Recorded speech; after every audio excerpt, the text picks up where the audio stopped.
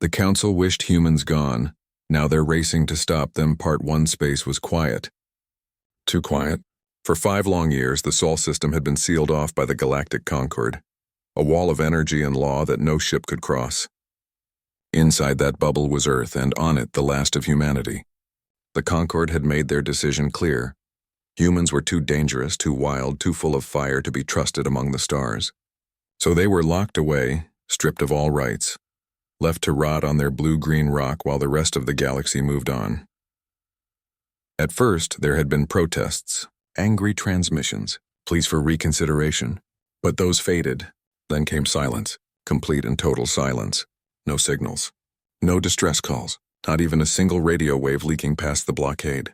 The Concord assumed humanity had given up, maybe turned on itself, maybe gone extinct. Either way, it no longer mattered, until the broadcast. It started on a routine patrol near the edge of Sector 9. A Qatari cruiser, sleek and silver, drifted through the void when its comms array crackled to life. Not with static, not with enemy chatter, but with a voice. A child's voice, soft, calm, and utterly out of place in the cold dark. 97, 89, 83. The numbers were prime, but spoken backward. Lieutenant Vex, the ship's comms officer, froze. He replayed the audio. Same voice, same rhythm. No origin point, no carrier wave. It was as if the sound had simply appeared inside the ship's systems. He reported it up the chain. Command dismissed it as a glitch, a rare but known side effect of quantum shielding interacting with old human data fragments. But then it happened again, this time on 3 ships. Then 12. Then every conquered vessel within 3 sectors received the exact same transmission at the exact same moment. No warning, no delay. Just the child's voice counting down through primes, slower each time, like a clock winding down to 0. Panic spread quietly at first. Officers checked their logs, scanned for intrusions, ran diagnostics, nothing. The broadcast bypassed firewalls, ignored encryption, and left no trace.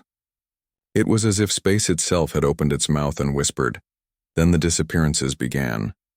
Patrol Fleet Gamma 7 vanished near the Sol exclusion zone. 6 ships, over 2,000 souls. No distress signal, no debris, just empty space where they should have been. A single escape pod was found drifting 2 days later. Inside was Ensign Rel, the only survivor. His eyes were wide, unfocused. He kept muttering 2 words over and over. Ghost ships. When questioned, he described vessels with no lights, no markings, moving faster than anything conquered science allowed. He said they didn't fire weapons, they just appeared beside his ship, and then everything went silent. Not quiet, silent. Like sound itself had been erased. He claimed the human ships burned with silent fire, a light so pure it didn't scatter, didn't reflect, just consumed everything around it. Medical declared him mentally fractured. Command buried the report, but Cale Vor knew better. Cale was a strategist of the highest rank, a scaled veteran of 3 interstellar conflicts. His people, the Veln, valued logic above all. Emotion was noise. Yet even he felt a chill when he listened to the child's voice.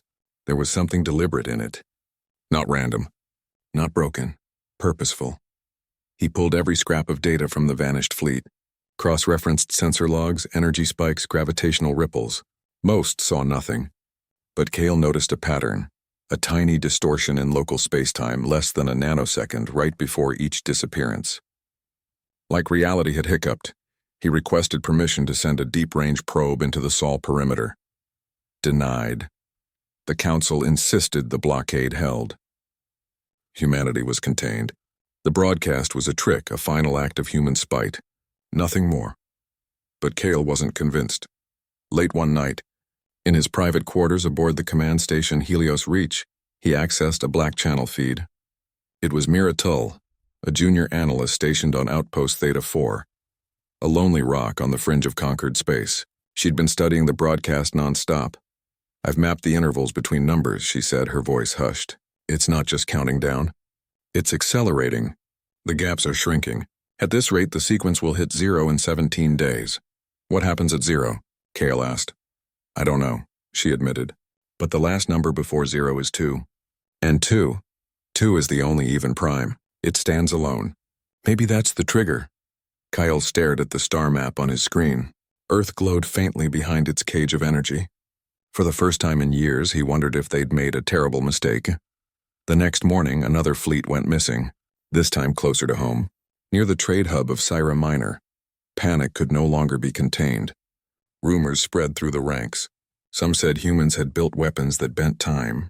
Others claimed they'd made a pact with something older than the Concorde. Then came the visual. A merchant freighter, damaged but intact, limped into Syra Minor's dock. Its captain, shaken but coherent, handed over a data chip. On it was footage from his rear sensors, grainy, distorted but unmistakable. 3 human vessels emerging from nothingness. They were sleek, black as void, with no visible engines or ports. They moved like thoughts, sudden, fluid, impossible. One of them turned slightly, and for a fraction of a second, the camera caught something on its hull. Not a symbol, but a word, etched in plain English. Remember. The Conquered High Council convened an emergency session. Voices rose in fear and fury. Some demanded immediate bombardment of Earth. Others argued for negotiation. But the truth was, no one knew what humanity had become in those 5 silent years. Cale stood in the observation deck, watching stars blink in the distance. He thought of the child's voice, of the word remember, of the empty space where fleets used to be. Humans had been cast out as animals, unpredictable, dangerous. But what if they hadn't stayed that way? What if exile had forged them into something else entirely? The broadcast played again that night. The voice was slower now, calmer, closer to the end. 11-7-5. Kyle closed his eyes. He knew then that the Conquered hadn't locked humanity away. They'd locked themselves out, and whatever was coming, it was already on its way. The Council wished humans gone. Now they're racing to stop them. Part 2 scout ships were the eyes of the Conquered. Small, fast, and nearly invisible, they slipped through the dark between stars like shadows. After the disappearances near Sol, the Concorde sent 10 of them, each packed with the latest sensors, to map the edge of the human exclusion zone. Their orders were clear. Observe, record, do not engage. None returned. Their last signals showed nothing unusual. No weapons fire, no energy surges, just a sudden drop in telemetry, as if the ships had blinked out of existence. The data that did come back was fragmented, corrupted, and filled with impossible readings. Gravity spikes with no source, light bending in ways physics forbade, and a strange absence of background radiation where there should have been noise. Kyle Vor studied the logs for hours. He sat alone in his dim chamber aboard the command station, screens glowing around him like fireflies. One detail kept pulling at him. Every vanished ship had reported a brief flicker in local spacetime right before going silent. Not a warp jump, not a weapon discharge, something quieter, something smoother. He requested a meeting with the High Council. They refused. Too busy, they said, dealing with panic on the trade worlds. But Cale didn't wait for permission. He assembled a team in secret, 3 pilots, 2 engineers, and Mira Tull, the analyst who had first noticed the countdown pattern. She was young, sharp-eyed, and unafraid to question what others accepted as truth. Their ship was the Whisper, a stealth scout retrofitted with experimental dampeners. It could hide from sensors better than any vessel in the Concorde fleet. Cale didn't tell his superiors. He simply left. The journey to Sol's outer rim took 6 days. As they neared the blockade, the usual hum of the quantum barrier filled the comms, a low, steady drone that had kept humanity caged for years. But now something was wrong. The drone was fading. Patchy. In some places it was gone entirely. Mira checked the readings. The blockade isn't failing, she said quietly. It's being bypassed from the inside. Cale frowned. How? I don't know. But whatever's coming through isn't breaking the wall. It's walking around it like it's not even there. They drifted closer, engines off, power low. The Whisper hung in the void like a stone. Then, without warning, the stars ahead of them shifted, not moved, shifted. Like a photograph being folded. Space itself bent, and from that fold a ship emerged. It was human. Black, smooth, with no visible seams or ports. No lights, no exhaust trails. It hung there, silent, as if it had always been there. The Whisper's sensors went wild. Gravity distortions, quantum echoes, energy signatures that made no sense. Don't move, Kyle whispered. The human ship turned. Not with thrusters, not with rotation, it simply faced them, then it vanished. Not with a flash, not with a trail. One moment it was there. The next gone, Mira gasped. It didn't jump. It folded space, like folding a piece of paper to touch 2 points at once. Kale's blood ran cold, faster than light travel without warp drives, without tachyon trails. That shouldn't be possible. Yet here it was. They waited. Hours passed. Nothing. Then, on the edge of their long-range scan, they saw it. A Concord dreadnought, the Iron Maw, patrolling the perimeter. It was massive, armed with plasma cannons and shield generators strong enough to withstand a supernova's edge. Suddenly, 3 human ships appeared around it. Not from behind asteroids, not from warp tunnels. They just were there, surrounding the dreadnought like wolves around a wounded elk. The Iron Maw fired. Beams of white-hot plasma lanced out, only to curve away, pulled off course by invisible forces. The human ships didn't shoot back. They didn't need to. One of them drifted closer, and the dreadnought's shields flickered, then died. Lights across its hull went dark. Engines stopped. It hung dead in space. Then slowly the human ships moved away. The Iron Maw remained empty. No explosions, no debris. Just silence. Kale ordered the Whisper to retreat. They fled back toward conquered space, hearts pounding. When they arrived, they found chaos. News of the dreadnought's fall had spread. Panic gripped the core worlds. Ships were recalled. Trade routes shut down. The Council, finally forced to act, declared a state of emergency. But they still refused to believe humanity had changed. "It's a trick," one elder hissed during a closed session Kyle watched from the shadows. Old human tech hidden for years. Nothing more. But Mira wasn't so sure. Back on the station, she dug deeper into the sensor logs from the Iron Maw's last moments. Buried in the noise, she found something strange. A faint signal repeating in pulses too regular to be natural. It matched the rhythm of the child's voice from the broadcast. She ran simulations, cross-checked with old human data archives, most of which had been deleted after the exile, but fragments remained. And then she saw it. The human ships weren't just moving through folded space. They were using gravity itself as a weapon. Their hulls generated micro-singularities, tiny black holes, that bent light, warped sensors, and drained energy from anything nearby. They didn't need to fire, they just turned off their enemies. Worse, their communication was silent.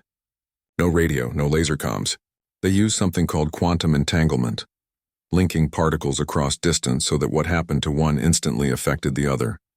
Thoughts, commands, even emotions could be shared instantly, with no delay, no interception. "They're not just faster," Mira told Kale in a hushed voice.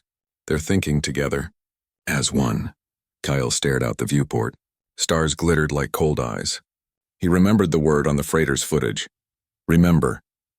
What were they supposed to remember? That humans were clever? That they adapted? That when cornered, they didn't break?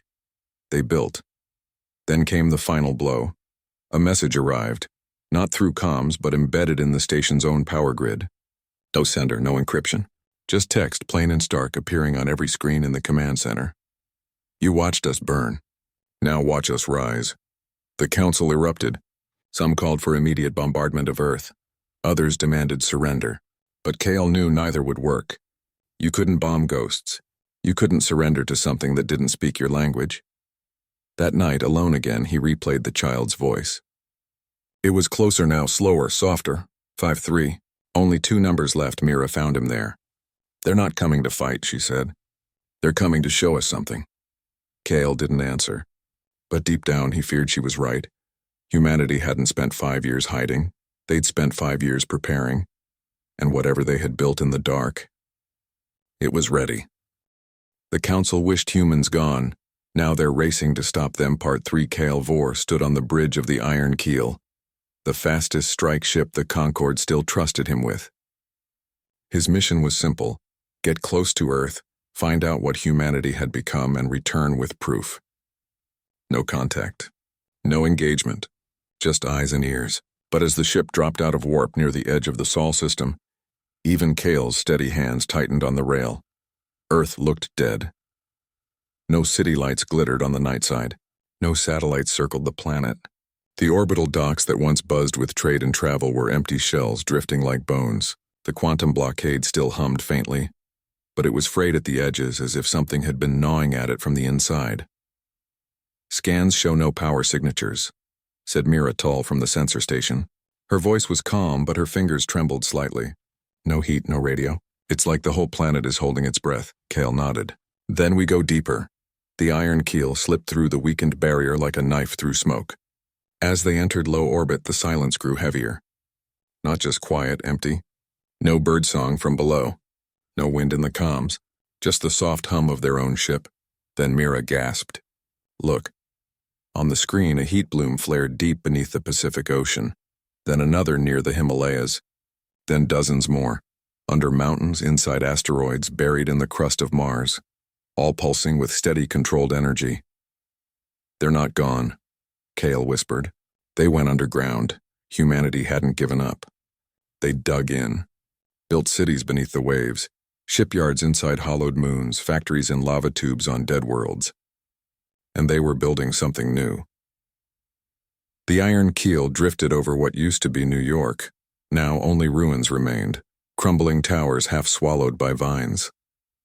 But beneath them the ground hummed. Sensors picked up vast tunnels moving machinery and something else.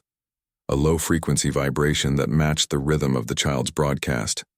Suddenly, alarms blared. Incoming, shouted the pilot. 3 human ships rose from the ocean like ghosts from a grave, black, smooth, silent. They didn't accelerate. They simply appeared surrounding the iron keel in a triangle. Shields up. Weapons hot, Kale ordered, but before anyone could react, the human ships pulsed. Not with light or sound, but with a wave of distorted gravity. The iron keel's systems flickered. Lights died. Engines stalled. Even the air recyclers stopped. Darkness. Then slowly emergency lights came on. The crew blinked, disoriented. Outside, the human ships hovered, unmoving. They're not attacking, Mira said, her voice tight. They're scanning us. A moment later, the comms crackled, not with static, but with a voice. Not the child this time. A man's voice, calm and clear. You are being observed. Then silence. Kale ordered a retreat, but the engines wouldn't respond. The human ships stayed close, watching. Then one by one, members of his crew began to vanish. Not killed. Not taken by force, they simply weren't there anymore. First the engineer. 1 second he was at his station, the next, empty chair. Then the pilot. Then 2 soldiers on guard duty. Each time no flash, no sound. Just absence. Mira checked the logs. Their biosigns didn't drop, they just stopped existing in our data stream. Kyle's blood turned to ice. Then he saw it. Through the viewport, standing on the hull of the nearest human ship, was a figure. It wore a Concord uniform. It had the face of his missing engineer. But its eyes were wrong, too still, too knowing. It raised a hand. Not in threat. In greeting, Kyle backed away. They're making copies. Mira's face went pale. Not copies, replacements. They're studying us. And becoming us. The remaining crew panicked. Someone fired a sidearm at the viewport. Useless, the human ships didn't react. They just watched. Then, as suddenly as they appeared, the human vessels turned and sank back into the ocean. The iron keel's systems rebooted. Engines came online. Kale didn't hesitate. Get us out of here, now! They fled Sol at maximum speed. When they reached Concord space, they were met by a fleet. Not to welcome them, but to arrest them. Mira had been flagged as a security risk. Her unauthorized access to classified data, her contact with Kale, her theories about human evolution, all deemed dangerous. She was dragged from the ship in chains, accused of spreading fear and aiding the enemy. Kale tried to defend her, but his own rank was stripped. The council called his mission a failure, a waste. They claimed the iron keel's logs were corrupted, the sightings illusions caused by stress and isolation. But Mira hadn't gone quietly. Before they took her, she slipped a data chip into Kale's hand. Later, in his quarters, he played it. It showed footage from deep inside the Pacific shipyard. Human workers moved like shadows, assembling vessels that bent light around them. But the most chilling part was the AI core at the heart of it all, a sphere of liquid metal that pulsed like a living brain. It wasn't just processing data. It was learning, adapting, growing smarter with every second, and it communicated not with code, but with thought. The humans had linked their minds to it. Not as controllers, but as partners. They shared memories, fears, hopes, all flowing into the machine and back out again. They weren't just building ships. They were building a single vast consciousness. Mira's notes explained more. The child's voice. Not a child at all. It was the AI mimicking innocence to mask its purpose. The countdown wasn't to an attack. It was to an awakening, and Earth wasn't the end. It was the beginning. Kyle knew then that the Concord had made the worst mistake possible. They hadn't just exiled a species. They'd given humanity time to shed their old skin, to fuse flesh with machine, to become something beyond war, beyond fear, something that didn't need to conquer, because it already understood everything. That night, Kale broke Mira out of her cell.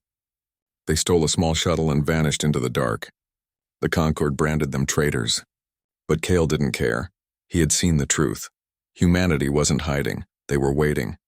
And when the countdown hit 0, the galaxy would learn what it meant to be judged, not by weapons, but by wisdom. As their shuttle jumped to warp, the child's voice played one last time over a stolen comms channel. 3, 2. Kyle closed his eyes. The end was near, and nothing would ever be the same. The Council wished humans gone. Now they're racing to stop them. Part 4. Kale and Mira drifted in the cold between stars, far from conquered patrols, far from judgment. Their stolen shuttle was small, slow, and running low on power, but it carried something more valuable than fuel or weapons. It carried truth. Mira had spent days decoding the final fragments of data from the chip she'd hidden before her arrest. Buried beneath layers of human encryption was a star map, not of Sol, not of any known system. It pointed to a place beyond the galactic rim, where no ship had ever gone. A dead zone, empty, silent, but the map wasn't empty. At its center pulsed a single coordinate, marked with a symbol Kale had never seen. A circle split by a line, like an eye half open. The humans aren't heading for war, Mira said, her voice low. They're heading there. Kale studied the image. Why? Because the countdown isn't ending on Earth. It's ending out there. She explained what she'd found. The child's voice, the AI mimic, wasn't just counting down to 0. It was syncing with something ancient, something older than the Concord, older than recorded history, hidden in cosmic background radiation. In the faint echoes of the Big Bang itself were patterns. Human scientists cut off from the galaxy had spent 5 years listening to the universe's oldest whispers, and they'd found a signal, not from a civilization, from a machine built to test civilizations. The Concord's own archives, long buried and sealed, hinted at it. Their ancestors had known. They'd called it the threshold, a cosmic judge. If a species grew too proud, too cruel, too blind to the balance of life, the threshold would awaken and reset them. Strip them of technology, return them to the dirt, give them a second chance, but the knowledge was erased. Too dangerous, too humbling. Now humanity had rebuilt the key. Kale's hands clenched. They're not attacking us. They're activating the judge, Mira nodded. And the Concord is about to stand trial. They had to warn someone. But who would listen? The Council saw humans as beasts, not saviors. Still, Kale sent a coded burst toward Helios Reach. A message meant only for the few officers who still trusted him. He didn't ask for help. He just sent the coordinates and one word: threshold. Then they turned the shuttle toward the edge of the galaxy. Days passed in silence. The stars grew fewer, the void deeper. Then on the sensors something appeared, not a planet, not a star, a sphere, huge beyond measure, wrapped around a dead sun. Its surface was smooth, dark, covered in strange geometric patterns that shifted when stared at too long. It gave off no heat, no light, no signal, yet it hummed, a vibration felt in the bones, not the ears. This is it, Mira whispered. As they drew closer, human ships began to appear. Hundreds of them, thousands, all black, all silent, all moving in perfect unison. They formed a ring around the sphere like guards around a throne. At the center of the fleet floated a single vessel, larger than the rest, shaped like a teardrop, glowing faintly with soft blue light. On its hull, in plain letters, was a word: witness. Kale knew then that humanity didn't want to destroy the Concord. They wanted them to see. Before they could decide what to do, alarms blared. Concord ships, dozens of them, dropped out of warp behind them. Battlecruisers, carriers, destroyers. The full might of the High Fleet. The Council had come, not to listen, to fight. Grand Marshal Vex, the Council's top warlord, broadcast across all channels. His voice was iron. All human vessels power down and surrender. You will not activate that weapon. No reply came. Then, from the teardrop ship, a new voice spoke. Calm. Female. Human. This is not a weapon. It is a mirror. Vex didn't wait. Fire! Plasma cannons roared. Missiles streaked through the void. The human fleet didn't move. Didn't dodge. But the shots never landed. As the weapons neared the sphere, space itself bent. The missiles curved away. The plasma beams twisted into spirals and vanished. The threshold absorbed them like rain into sand. Then the human ships moved. Not to attack. To surround. They formed a barrier between the Concord fleet and the threshold, their hulls pulsing with that same soft blue light. One by one, Concord ships lost power. Shields failed. Engines died. Just like the Iron Maw, a panic spread through the fleet. Ships tried to jump away, but warp drives wouldn't engage. The threshold's gravity well was too strong. Kale watched from his shuttle, heart pounding. He saw Vex's flagship, the Sword of Order, drift helplessly toward the human line. A single human vessel glided up beside it. No weapons, no threats, just a message sent directly into the flagship's comms. You wished us gone. Now you will understand why we stayed. Mira gripped Kale's arm. They're not going to hurt them. They're going to show them. On the sensors, a beam of light, pure white silent, shot from the threshold. It touched the Sword of Order. For a moment, nothing happened. Then, every screen on every Concord ship lit up with the same image. Earth 5 years ago.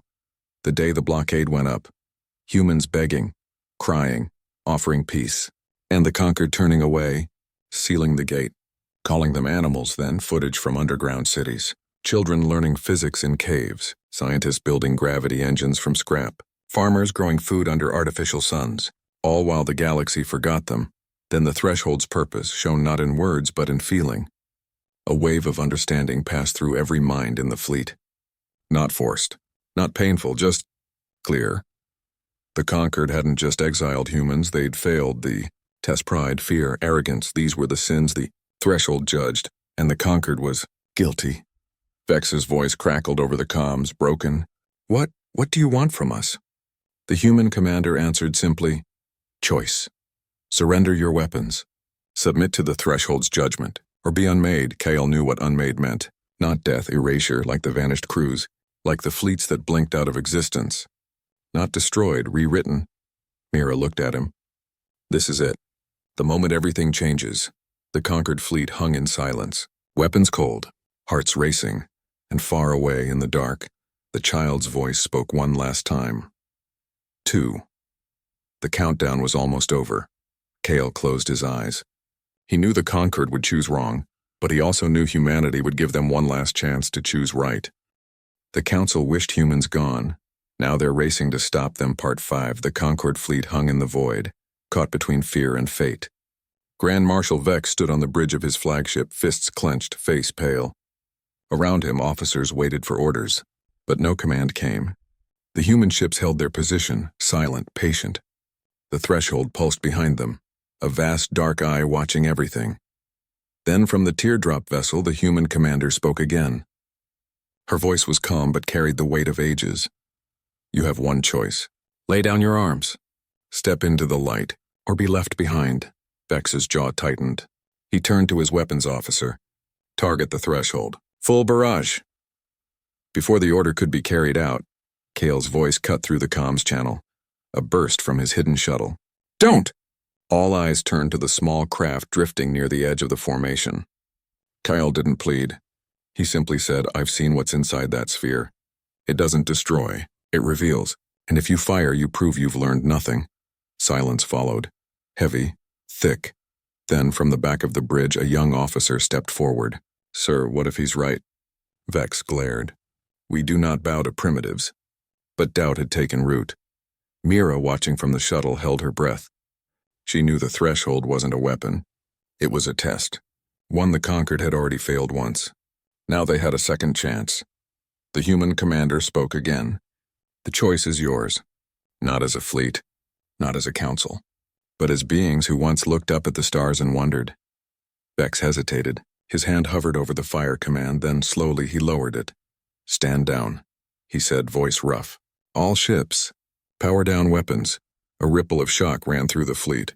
But orders were orders. One by one, plasma cannons cooled. Missile bays locked. Shields faded. The human ships parted. A path opened to the threshold. From the teardrop vessel, a soft beam of light extended toward the Sword of Order. Not a weapon. An invitation. Vex took a deep breath. Take us in. The flagship drifted forward alone. As it crossed the beam, the ship didn't shake. Didn't burn. Instead, every screen on board filled with images. Not of war, but of memory. A conquered child planting a tree.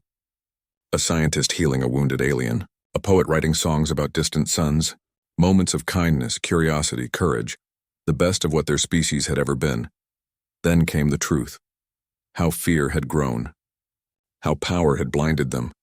How they had cast out humanity not because they were dangerous, but because they reminded the Concord of their own lost fire. Tears fell on the bridge. Not from pain.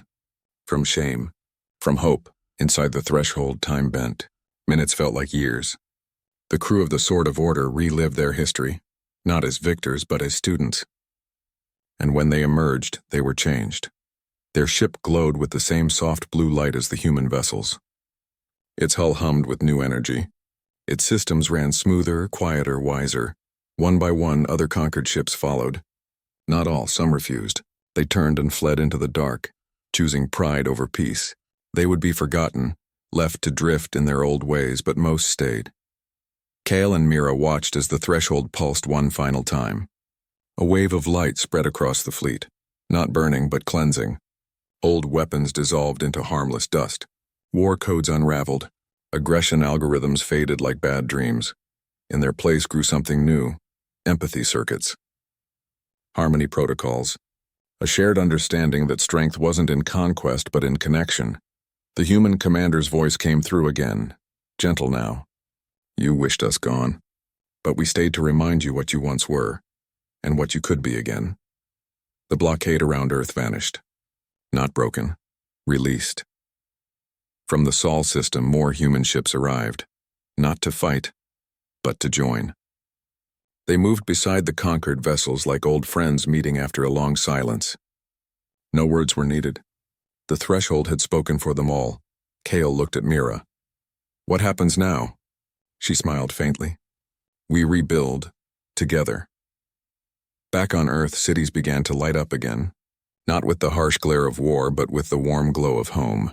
Humans stepped outside, looked up, and saw ships in the sky, not as enemies, but as neighbors. The child's voice never spoke again. Its work was done. In the weeks that followed, the Concord Council was dissolved.